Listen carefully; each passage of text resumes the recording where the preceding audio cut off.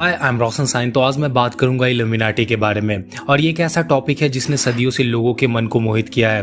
वैसे इल्यूमिनाटी शब्द जो है वो इटालियन भाषा के इल्यूमिनाटस का प्लुरल है, जिसका मतलब होता है इनलाइटेंड। तो बात करते हैं हिस्ट्री और ओरिजिन की। तो देखो, इल्यूमिनाटी को समझने के लिए हमें 18वीं शताब्दी में वापस जाना होगा, जो बौद्धिक उत्साह और क्रांतिकारी विचारों का समय था। बात है 1773 की, जब इंग्लो स्टेट विश्वविद्यालय में एडम वेसल कैनल लॉ और व्यवहारिक दर्शन के प्रोफेसर बने। वो ज्यूइट्स द्वारा संचालित संस्था में एकमात्र गैर पादरी प्रोफेसर थे।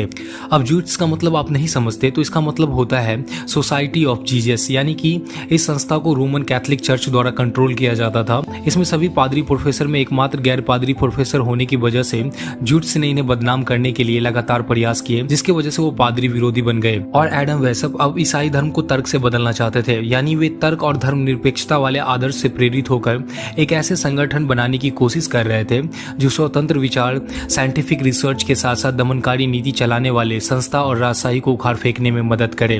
और 1776 में जर्मनी के बेवेरिया में प्रोफेसर ने गुप्त समाज की स्थापना की, जिसे इल्यूमिनाटी के नाम से जाना जाता है, जिसका मुख्य उद्देश्य ज्ञान की उन्नति, सार्वजनिक जीवन में धार्मिक प्रभाव का उन्मूलन और अधिक समानतावादी समाज की स्थापना करना था।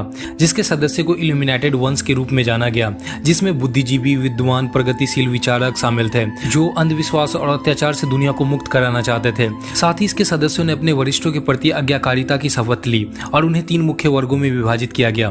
पहला था फर्स्ट क्लास। इसमें 3 लेयर्स थे। पहला नौसिखियों का, यानी नए सदस्य जो इस सीक्रेट सोसाइटी में अपना शुरुआत करने जा रहे थे। सेकंड था मिनर्वल्स, जो रोमन ज्ञान की देवी मिनर्वा के नाम पे था। ये सदस्य नौसिखिए से आगे बढ़ चुके थे और समाज के सिद्धांतों के बारे में अधिक जानकार हो चुके थे। थर्ड था लेसर इल्यूमिनाती। ये वे सदस्य थे जो मिनर्वल से आगे बढ़ चुके थे और उच्च डिग्री के लिए तैयारी कर रहे थे। अब आता है सेकंड क्लास, जिसे फ्री मेसन्स कहा जाता है। इसके भी 3 पार्ट्स थे। पहला था ऑर्डिनरी फ्री मेसन्स, वे सदस्य जिन्हें फ्री मेसन्स और उसके अनुष्ठानों का बुनियादी ज्ञान था। सेकंड था स्कॉटिश फ्री मेसन्स, इसमें फ्री मेसन्स के अधिक उन्नत सदस्य शामिल थे। थर्ड नंबर पे आता है स्कॉटिश नाइट्स। फ्री मेसन्स वर्ग के भीतर सर्वोच्च रैंक, इन सदस्यों को फ्री मेसनरी में महत्वपूर्ण ज्ञान का भी अनुभव था। अब बात करते हैं थर्ड क्लास की, यानी कि मिस्ट्री क्लास की, जिसमें पुजारी, रिजेंट शामिल थे। ये उच्च रैंकिंग वाले सदस्य थे जिसके पास समाज के भीतर महत्वपूर्ण जिम्मेदारियां और अधिकार थी।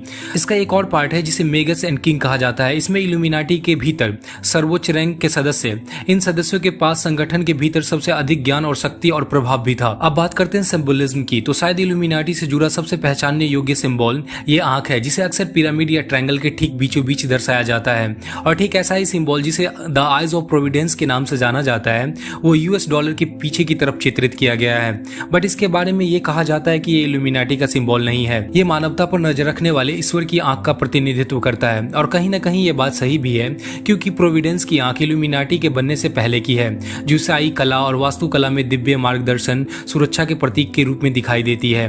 और सिर्फ एक आंख की बात है तो हमें ये नहीं भूलना चाहिए कि ठीक कुछ ऐसा ही सिंबल एंसेंट इजिप्ट में यूज किया जाता था।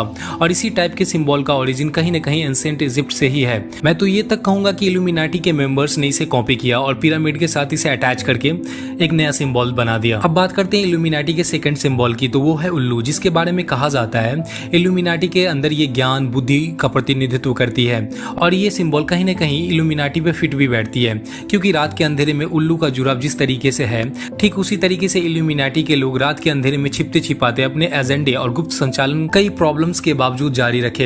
एंड थर्ड सिंबल की बात करें तो वो नंबर 13 है। ये अक्सर इल्यूमिनाटी से जुड़ी होती है, जिसे परिवर्तन या पुनर्जन्म का प्रतिनिधित्व करने वाला कहा गया है, लेकिन आमतौर पर लोग के द्वारा इसे अशुभ माना गया है या भयावह माना गया है। इसके बारे में गूगल करके आप देख सकते हो। साथ ही ये सीक्रेट सोसाइटी कई अन्य सिंबल का भी इस्तेमाल करती है।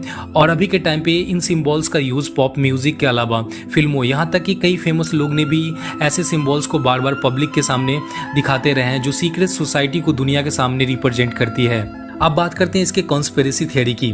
हालांकि मूल इल्यूमिनाटी 18वीं शताब्दी के अंत में विघटित हो गई थी, लेकिन उनकी विरासत के रूप में अभी भी ये जीवित है, जो असंख्य षड्यंत्र सिद्धांतों से प्रेरित है। कई लोग मानते हैं कि ये सीक्रेट सोसाइटी छिपे हुए रूप से रहते हैं और बिना सामने आए वैश्विक घटनाओं और शक्तिशाली संस्थाओं पर प्रभाव डालते हैं। सबसे अस्थायी षड्यंत्र सिद्धांतों में से एक है कि इल्यूमिनाटी वर्ल्ड गवर्नमेंट को कंट्रोल करती है और अपने गुप्त एजेंडों को बढ़ाने के लिए राजनीति उथल पुथल के साथ युद्ध का भी आयोजन करती है। कुछ सिद्धांतकारों का यह भी दावा है कि पॉलिटिक्स, पॉलिटिक्स, एंटरटेनमेंट और बिजनेस में प्रभावशाली व्यक्ति इल्यूमिनाटी के सदस्य हैं, जो global policy and public opinion को आकार देने के लिए पर्दे के पीछे से काम करते हैं। जैसे अमेरिकी राष्ट्रपतियों से लेकर के पॉप स्टार तक अनगिनत व्यक्तियों पर इल्यूमिनाटी से जुड़े होने का आरोप लगाया जाता रहा है, जो अक्सर इन लोगों के द्वारा इल्यूमिनाटी के सिंबॉलिक जेस्चर्स पर आधारित होती है, क्योंकि ये लोग पब्लिकली आकर के ऐसे जेस्चर्स दिखाते रहते हैं जो कहीं न कहीं इल्यूमिनाटी से कनेक्टेड होती है। एक लोकप्रिय सिद्धांत यह है कि इल्यूमिनाटी एक नई व्यवस्था पर जोर दे रहा है, जिसे न्यू वर्ल्ड ऑर्डर के नाम से जाना जाता है, जिसे एक सिंगल ग्लोबल गवर्नमेंट के द्वारा कंट्रोल किया जाएगा, यानी कि पूरा वर्ल्ड का पावर एक हाथों में होगा। इस सिद्धांत के समर्थक अंतरराष्ट्रीय गठबंधनों, व्यापारिक समझौतों और आर्थिक नीतियों को इल्यूमिनाटी से जोड़ करके देखते हैं। इस सीक्रेट सोसाइटी को अक्सर ऐतिहासिक घटनाओं, त्रासदी से भी जोड़ा जाता है,